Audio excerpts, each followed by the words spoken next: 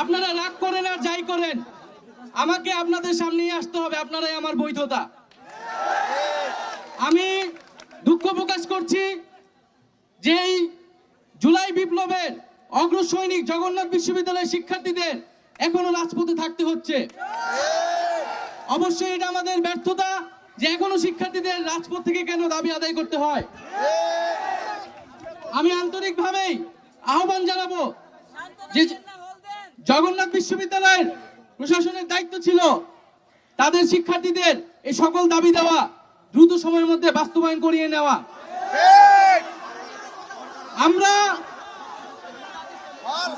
আমরা জানি যে জগন্নাথ বিশ্ববিদ্যালয় দীর্ঘদিন ধরেই তাদের যে প্রাণের দাবি, যে তাদের যে হল নির্মাণ এবং তাদের নতুন ক্যাম্পাস, দ্বিতীয় ক্যাম্পাস,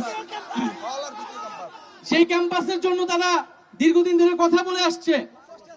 এবং আমাদের যখন একনেক মিটিং এবং ক্যাবিনেট মিটিংয়েও সেই স্থায়ী ক্যাম্পাস কেরানীগঞ্জে সেটা নিয়ে কিন্তু আলোচনা হয়েছিল এবং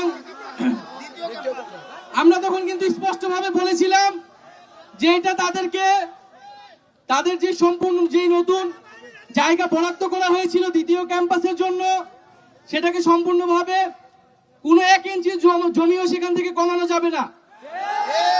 এবং তারা দীর্ঘদিন ধরে ঢাকার মধ্যে একটা বিশ্ববিদ্যালয়, কিন্তু তারা কোনো হল ছাড়াই অনেক কষ্টের মধ্য দিয়ে তাদেরকে কিন্তু তাদের ছাত্র জীবন পার করতে হয়েছে। এবং আমি এই প্রতিটি ঘটনা জানি, কারণ আমার পরিবারের একজন সদস্য জগন্নাথ বিশ্ববিদ্যালয়ের বর্তমান শিক্ষার্থী। এবং তারপর আমি দুঃখ প্রকাশ করছি যে এখানে এসে আপনাদের কাছে আসতে হয়েছে এবং আপনাদেরকে যথাযথ সম্মান দেওয়া হয়নি। এবং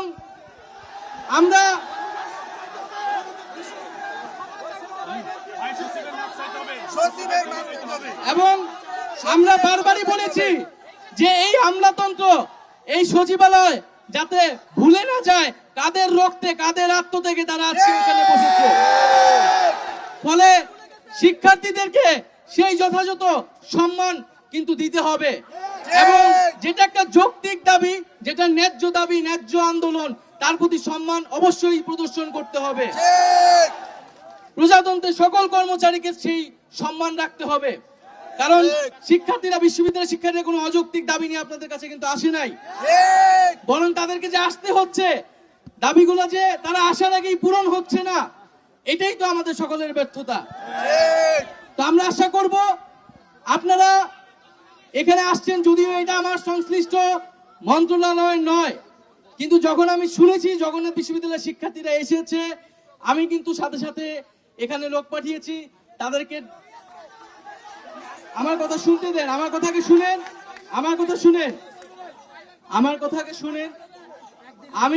এটা আমার সংশ্লিষ্ট মন্ত্রণালয়ের কাজ ছিল না, কিন্তু আমি যখন শুনেছি জগন্নাথ বিশ্ববিদ্যালয়ের শিক্ষার্থীরা এসেছে, আমি সাথে সাথেই খোঁজ নিয়েছি যে কেন তাদেরকে সচিবালয় পর্যন্ত মিছিল নিয়ে আসতে হলো। এবং আমি কিন্তু একটু কথা বলি, আমি আমি আমি আমি কিন্তু এখানে আপনাদের দাবি পূরণ করার থেকে, আপনারা যে দাবি শিক্ষা মন্ত্রণালয় বরাবর আপনাদের দাবিটা ছিল বা অভিযোগটা ছিল, এ কারণে কিন্তু আমি আসা সত্ত্বেও শিক্ষা মন্ত্রণালয়ে যে নতুন প্রতিমন্ত্রী হয়েছে আমি তাকে নিয়ে এসেছি এবং তিনি অসুস্থ এবং নতুন আজকে দায়িত্বপ্রাপ্ত হওয়া সত্ত্বেও তিনি আপনাদের সামনে এসে উপস্থিত হয়েছে এবং তার আজকে প্রথম দায়িত্বের প্রথম কাজটি হয়েছে জগন্নাথ বিশ্ববিদ্যালয়ের সামনে দাঁড়িয়ে তার যে দাবি দেওয়ার কথা প্রতিশ্রুতি দিয়ে দেওয়া। তো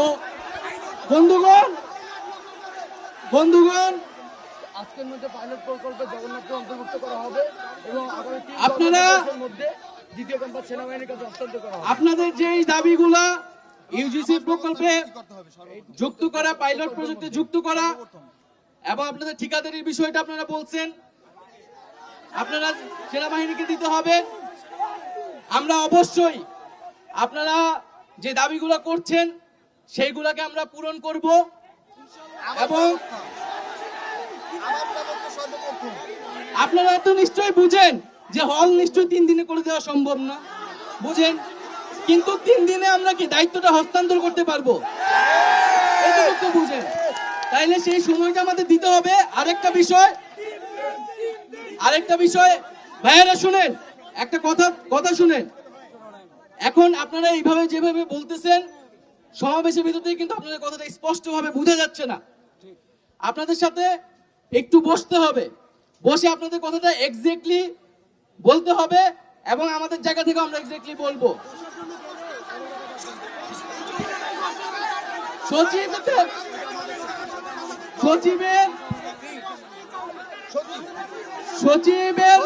সচিবের উপরে যিনি প্রতিমন্ত্রী তিনি কিন্তু নিজে এসেছেন এবং আমি কিন্তু ওনাকে বলেছি যে জুলাই বিপ্লবে জগন্নাথ বিশ্ববিদ্যালয়ের যে ভূমিকা, আমরা 15 তারিখের কথা ভাই ভুলে যাই নাই।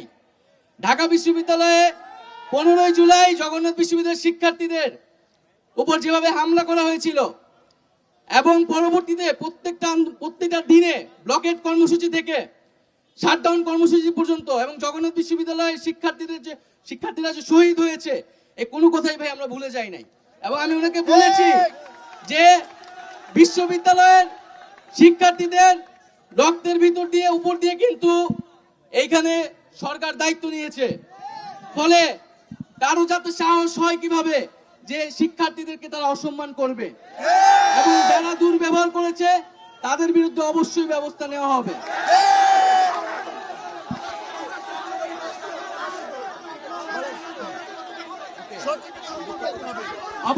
অবশ্যই সে তার কৃতকর্মের জন্য দুঃখ প্রকাশ করবে, ক্ষমা চাবে।